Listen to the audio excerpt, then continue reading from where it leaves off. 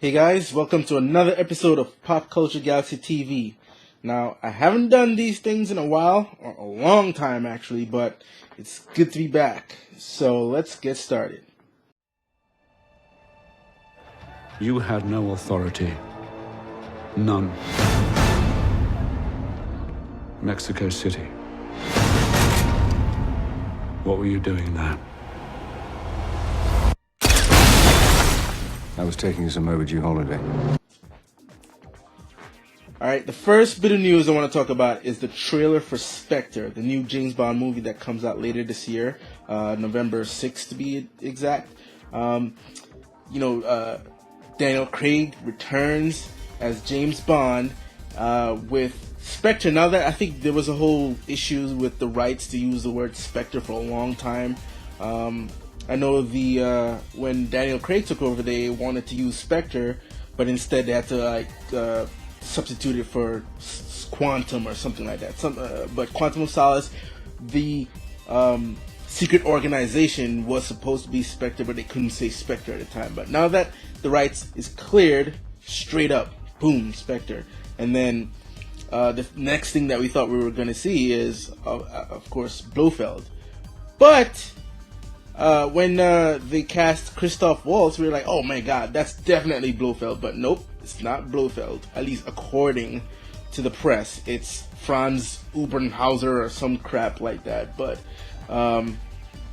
so far, I hope they're not pulling the same crap they did with Star Trek when it was, his name is John Harrison, but it's really Khan. Like, come on, just out and out say it's Blofeld.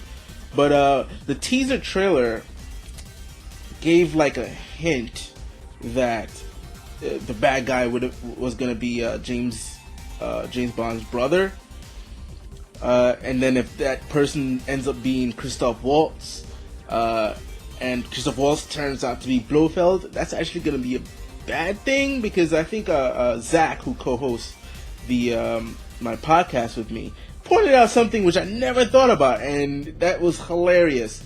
That if that is the case, if it is Blofeld and he turns out to be James's brother, that's the exact same plot to Austin Powers. Now, we wouldn't want that, do we?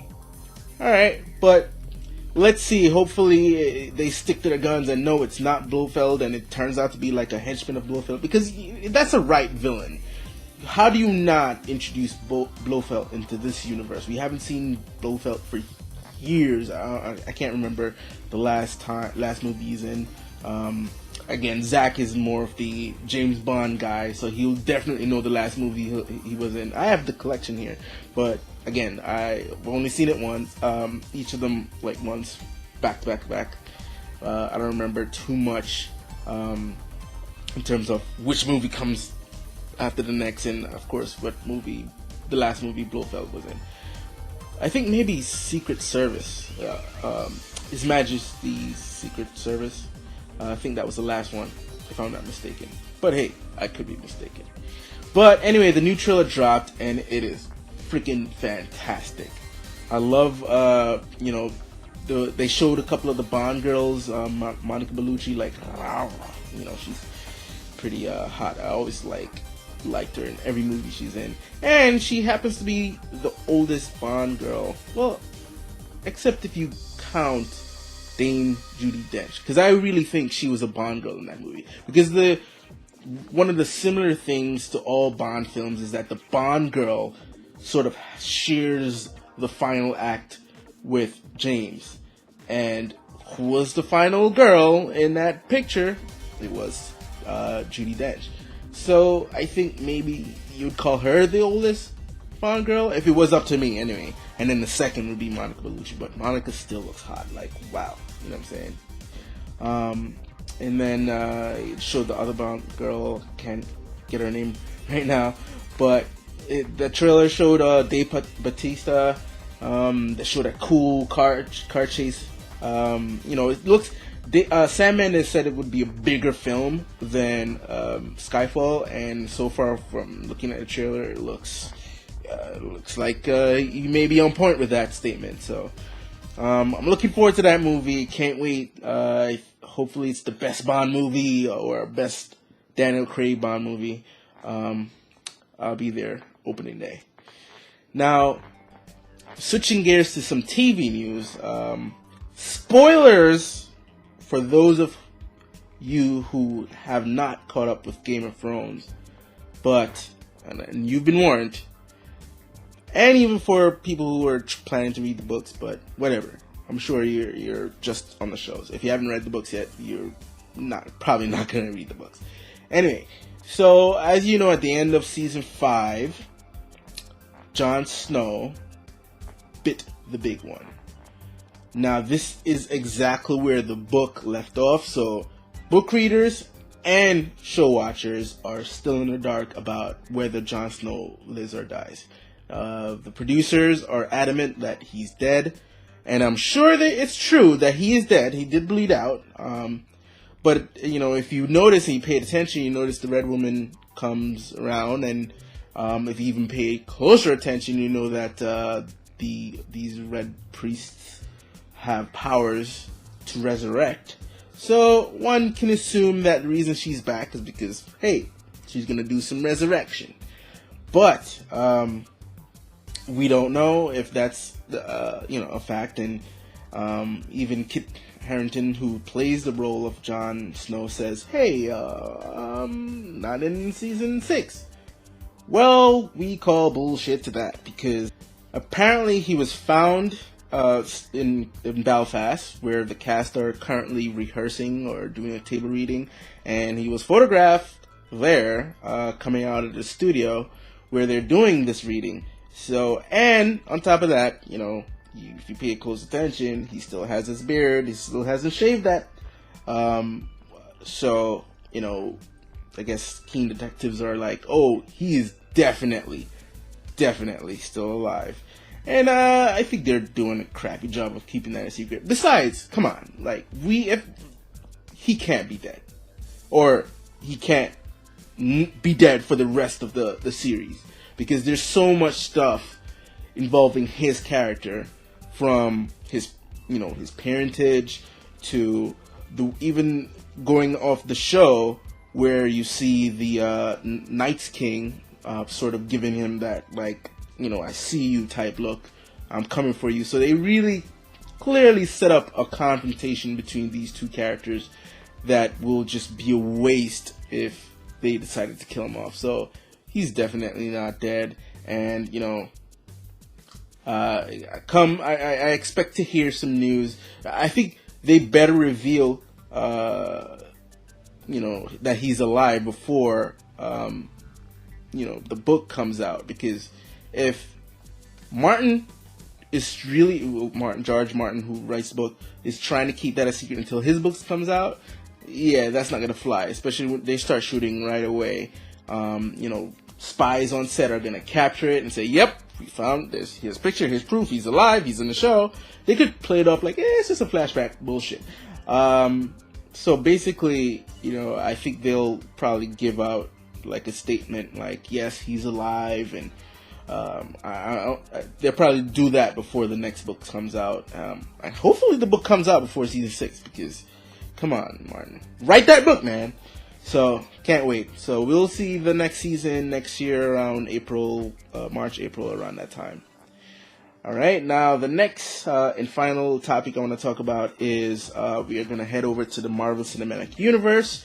And basically, Jamie Alexander, who plays Lady Sif in the Thor films, gave a little tidbit about a certain film coming out, Captain America Civil War, which comes out next year, May, that will show Steve Rogers and Tony Stark going head-to-head and split the superhero community in half.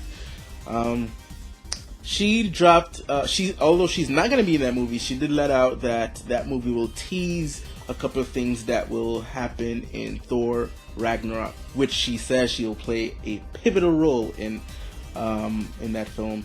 But what that tease is, of course she's going to be mums about it. But here's the thing, though. a lot of people complained, even though I had no problem with Age of Ultron, they complained that there were so many things going on in that movie, which, yes, is true, but I think Joss Whedon managed to balance everything that happened in that movie, both with like the main plot versus, you know, setting things up and even paying off things from previous films.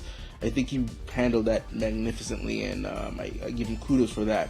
But again, the complaint was it was doing too much setup for other films. It was doing too much setup for Infinity War and Thor Ragnarok. And I mean, it's the nature of comic books. If you're a comic book reader and you're reading these big events and even self-contained stories, they're paying off. They're talking about things that you could potentially see in future stories. And that's just the nature of how comic books work. And they have comic book films, the shared universe, that's pretty much what you're gonna get, you know. It's always good to have a self-contained story, but let's be real, this is the Marvel Cinematic Universe, and this is what we kind of fell in love with the Marvel Cinematic Universe for, is that we get to watch a movie that's standalone, yes, but it teases stuff. Like, we want to see the next movie, not just the next movie in the same franchise, but it teases other films in the franchise, you know, like,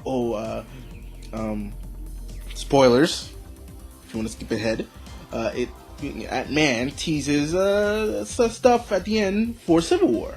And that's cool because we're excited. It means it's real, it's happening. You know, we get to see a little glimpse into what that movie is going to have. Now, switching to Civil War, with the fact that it's called, now if it was called Avengers Civil War, then I would be less worried about all these characters in it. But it's called Captain America, and it's taking a storyline that featured a lot of heroes, and a lot of top heroes too. And the movie is having a lot of top heroes. The movie will have Black Panther in it. It's going to have Iron Man in it. It's going to have Scarlet Witch in it. It's going to have Hawkeye, Falcon, Ant-Man. I mentioned Ant-Man, and Spider-Man, right? So it has all these heroes in it. You know, when will they find time for Captain America, for his story? Now, again, we're still kind of in spoiler territory here, but I'm sure all of you've seen Ant-Man. The tag at the end revealed that Falcon and Cap captured the Winter Soldiers, or backed him in a corner. His hand is caught in some contraption. Kevin Feige revealed that movie takes place midway into Civil War, and he also mentions that it's going to be a simple story. You know, now if that's true, sure, we'll see. Which, I guess it can pay it off. It could be a simple story. It's just about Captain America finding Bucky and trying to bring him to the light side while everything around him is sort of crumbling, and this Accords thing, which I guess is their version of the Superhuman Registration Act, sort of like pounding down on them while he's trying to redeem Bucky.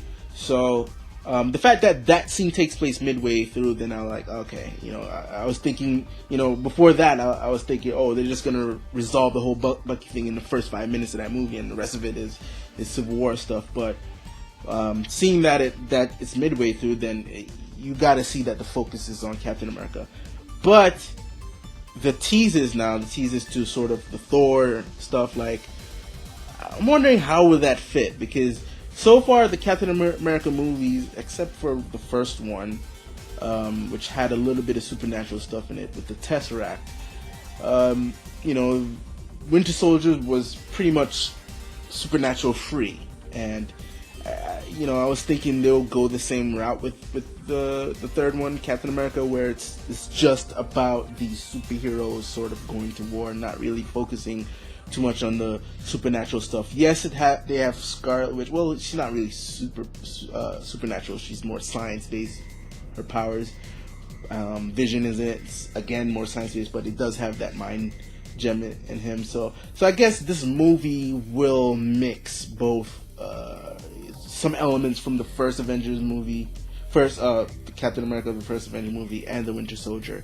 So where the Winter Soldier was purely just a political thriller, and the first Captain America movie was more of an adventure film. They're just gonna like put them together. But hopefully, when that movie comes out, it's not too bloated, especially for being a Captain America movie, and sort of everything is balanced. And you like, okay, you're gonna hype up Spider-Man, but we want to see Spider-Man in action. It's just like a double-edged sword. We want to see him in action. We want to see a substantial amount of Spider-Man before his standalone movie, but yet we don't want him to overtake the plot of the movie, because then it becomes a Spider-Man movie and not a Captain America movie. So it's like one of those give and takes. Like, we want to see more Spider-Man, but we don't want to see more Spider-Man. But let's see how they pull it off when Captain America comes out next May. So I can't wait. So that will wrap it up for this episode of Pop Culture Galaxy TV. I'll be doing more, and I think I want to make this a daily thing. So stay tuned each day. Well, Monday to Friday anyway. Weekends is my time. But I want to put a lot more episodes and get back on the saddle of releasing episodes. And so I want you to like this video or dislike this video, comment and subscribe, and visit PopCultureGalaxy.com for more entertainment goodies. And so I'll see you guys next time. Peace.